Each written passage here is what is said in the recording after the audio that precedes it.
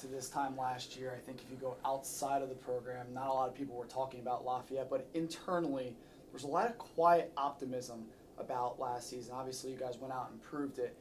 How is that quiet optimism? Maybe what's the feeling this year going into the 2012 season? Well, I think the main thing is the returning players want to do well, and that's critical. It can't all just come from me. The seniors obviously is critical to any college sports team because in general they're the ones that kind of set the tone. That's not 100% accurate all of the time because I've seen some programs where it wasn't the seniors that set the tone, it was actually the underclassmen. But I think if we're honest, 9 times out of 10 it's a tone that's set by the seniors, and they're all very ambitious. And so are the rest of the returners. And of course the freshmen want to, just kind of, they take the lead from what the core of the team is doing.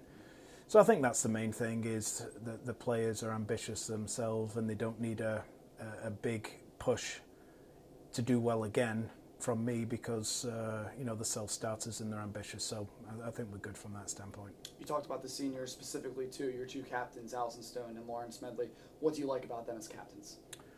Well, what I like about them is they're both very different in their approaches. Both of them are very approachable, but will, give the team some different things in different ways. Both of them are pretty intense competitors on the field, but they're both a little bit different off the field, and their preparations and the way they approach games are a little bit different. And I have an excellent relationship with both of them, so that's good for the rest of the team as well, because I kind of look at them too as the bridge from the team to me, and obviously from me to the team.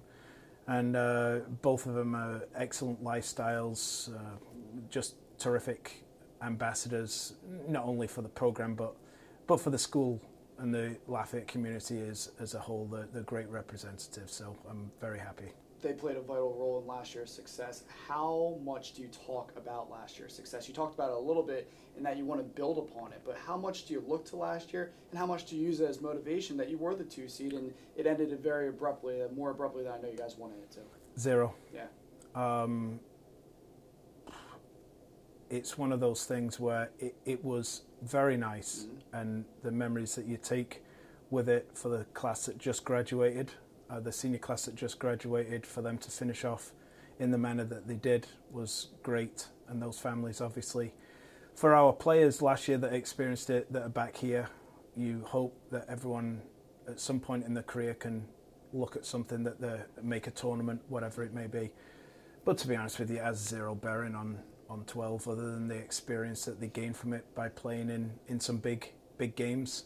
Other than that, we don't talk about it because I think I don't want to say it's irrelevant, but I don't think it has any impact on what we do this year. I really don't. The games still have to be played. It's 2012, it's not 2011. In this game you've got to move on quick, and I think we've moved on. You bring in 7 newcomers, but you also bring back 2 very crucial parts that I think are going to be part of your starting 11, or at least figure in the mix, in Avery Jackson and Jacqueline Giordano. How have you liked those 2 progressions coming off of injuries last year? Well, both of them are coming along well. As we all know, ACL surgeries are a long, lonely process coming back. Jacqueline has experienced it in the past, so in some ways had an advantage in knowing what was coming, but in other ways had a disadvantage because, of course, it wasn't her first. So both have looked good at their own stages of where they're at. Psychologically, they both seem fine. But every game they get under the belt will obviously benefit them because it's a 12 to 18 month recovery process, not just being able to run, but getting everything back psychologically, emotionally, speed, all those kind of things. It's generally a 12 to 18 month full recovery, and both of them are just about 12 months. So both of them are doing well. They're happy enough, they're contributing, and they're in the team. So that's the critical part of it. Had the opportunity to see them and everyone else in action against Iona in a scrimmage. What did you like out of that scrimmage, and where did you say, hey, we need to improve this before UMBC? Well, I liked the seriousness in which we took a scrimmage. I thought the team started off from the first minute, business-like, and there was no scrimmage feel to it, if you like. You know what I mean? I thought the team took the game seriously and took themselves seriously. And of course, the benefit of scrimmages is you can play everybody as we did. We played all kinds of different lineups. We played all 23 players. So you get to look at people, even the rookies, obviously, in a different situation than training. And certainly there are things that came out of it that we've utilised this week on working on in training and making sure that we, start to sharpen up a little bit. But it was a good exercise, for travelling and getting everyone some playing time and playing someone else, because all we've done is played against each other, obviously, in training so far. So overall, I thought it was quite a good exercise, because of course we also came out of it with no injuries. So that's always the main thing. Not your first rodeo here, obviously, going into a first game. There's always those question marks going into the first games. There's going to be things that you don't expect. How do you prepare for your first game this Friday against UMBC?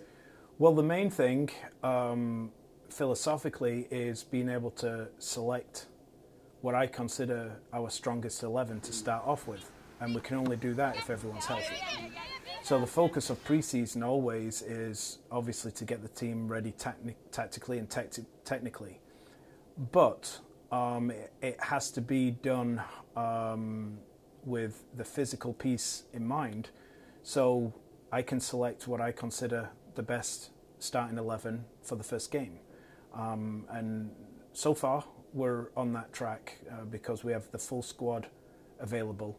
And it is a squad game. We can't just play with 10 players all year. We are going to have contributions, large contributions from the squad. But again, we need the whole squad. So the whole squad has to be as healthy as possible. And that's really in pre-season, where there's a danger of overdoing it, 2-a-days because you've no class, etc., etc. Philosophically, we don't do that. It's not a boot camp. Now, we were fortunate where the players come back very fit, and that's helpful, because we don't have to spend time on fitness, because they came back,